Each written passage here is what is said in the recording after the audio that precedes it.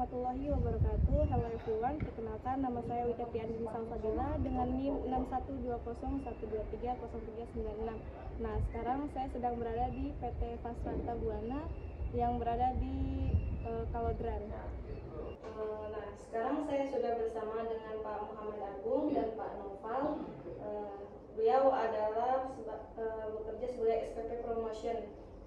Nah, di sini saya mau nanya, sudah berapa lama Bapak kerja di sini?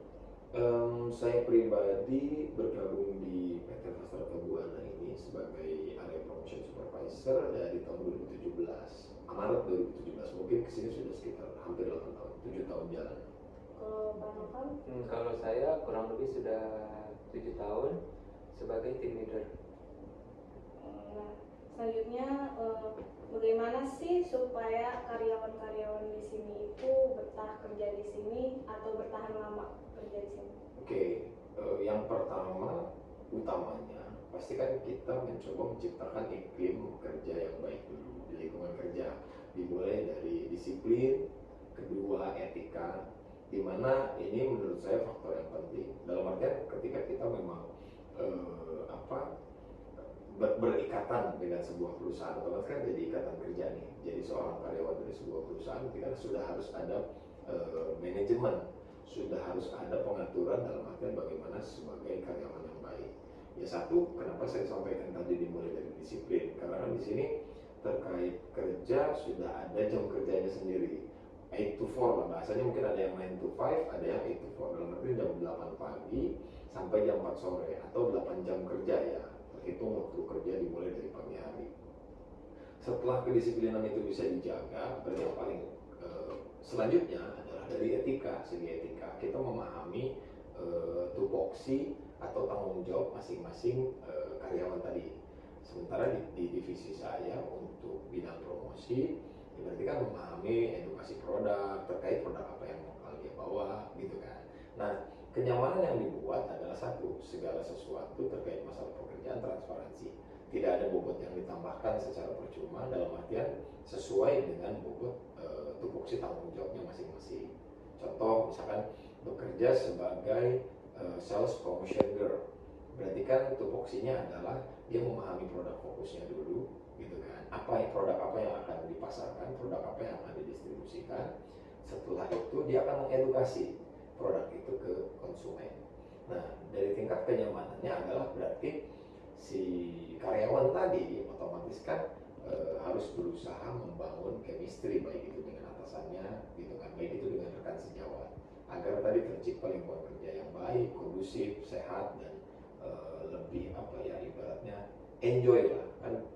Hal yang paling utama saat kita mungkin melangkah untuk berangkat kerja adalah melakukan sesuatu yang menyenangkan. Bagaimana kita bisa membuat iklim kerja atau platform kerja di situasi yang menyenangkan tadi, walaupun tetap tidak lupa dengan SOP kerjanya tadi. Seperti itu. Nah, selanjutnya pertanyaannya itu bagaimana cara Bapak untuk ngituin karyawan supaya memenuhi target atau lebih dari target? Yang paling utama adalah kita mengenal karakter tim kita sendiri dulu. Kita bisa mengenal karakter, tujuannya untuk apa, memastikan bahwa masing-masing kemampuan tim gitu kan bisa kita plotting di masing-masing program. Itu menyesuaikan, misalkan contoh ada tim yang memang punya keahlian atau kelebihan dalam memaparkan produk, berarti kan disebutnya bisa jadi frontliner, dalam artian dia yang ujung tombak nih, langsung bertemu dengan end user atau konsumen. Terus sementara misalkan kita punya lagi karyawan yang karakternya adalah kuat di administrasi gitu kan, dari mulai daya ingat, terus filing, pemberkasan segala macam, berarti kita bisa alokasikan dia untuk membantu kita atau mempekerjakan merekap data-data tadi penjualan yang dilakukan oleh si frontliner gitu. Bagaimana caranya untuk mencapai target? Target dibuat pastikan ibaratnya sesuatu yang seharusnya bukan berarti mudah dikejar, tetapi bisa dicapai. Adanya target bukan berarti sesuatu yang tidak pernah mungkin bisa dicapai. Pastikan target itu dibuat karena memang sangat possible untuk dicapai. Maka tadi ketika target ada, itu diaplikasikan terhadap kemampuan tadi, daya mulai dari daya jual, jual, daya bawa produknya sendiri. Contoh misalkan Manpower menggunakan kendaraan motor, tidak mungkin target hariannya dibuat dengan kapasitas kendaraan mobil, karena kan bagaimanapun juga mobilisasinya dia dibutuhkan sangat cepat, baik karena kendaraannya tadi motor. Kapasitasnya misalkan sekitar 10 karton, 20 karton, hanya seperti itu. Dari 10 karton tadi kemampuan motor, kita bisa breakdown produk fokus apa yang kita akan kejar di bulan ini. Contoh, karena kita kan banyak varian produknya ya Bu ya, jadi otomatis kita menyesuaikan, target bulan ini kami akan coba menaikkan brand awareness produk A misalkan gitu. Berarti nanti dari 10 karton target hariannya yang dibawa itu sudah kita plotting berapa produk varian A yang akan dibawa, berapa nanti produk varian B yang dibawa. Biasanya kita juga melihat kan kendala pasti ada, baik semua pekerjaan pasti memiliki kendala. Nah, ketika kita bicara penjualan, karena kan ini basicnya tetap penjualan ya, ada produk dari kita yang fast moving dan slow moving. Nah, otomatis ini di-combine supaya apa? Fast movingnya tetap jalan sebagai leader top penjualan dari kita, tetapi ini bisa mengangkat produk slow movingnya. Dalam artian bisa dibundling, itu tadi. Nah, setelah target dibuat, berarti kan dibuatkan rencana kerja, gitu kan? Bagaimana si Manpower atau tim tadi bisa memahami mau dikemanakan nih, gitu. Seperti apa proses alur jual dari target yang sudah ditentukan harian tadi, gitu kan?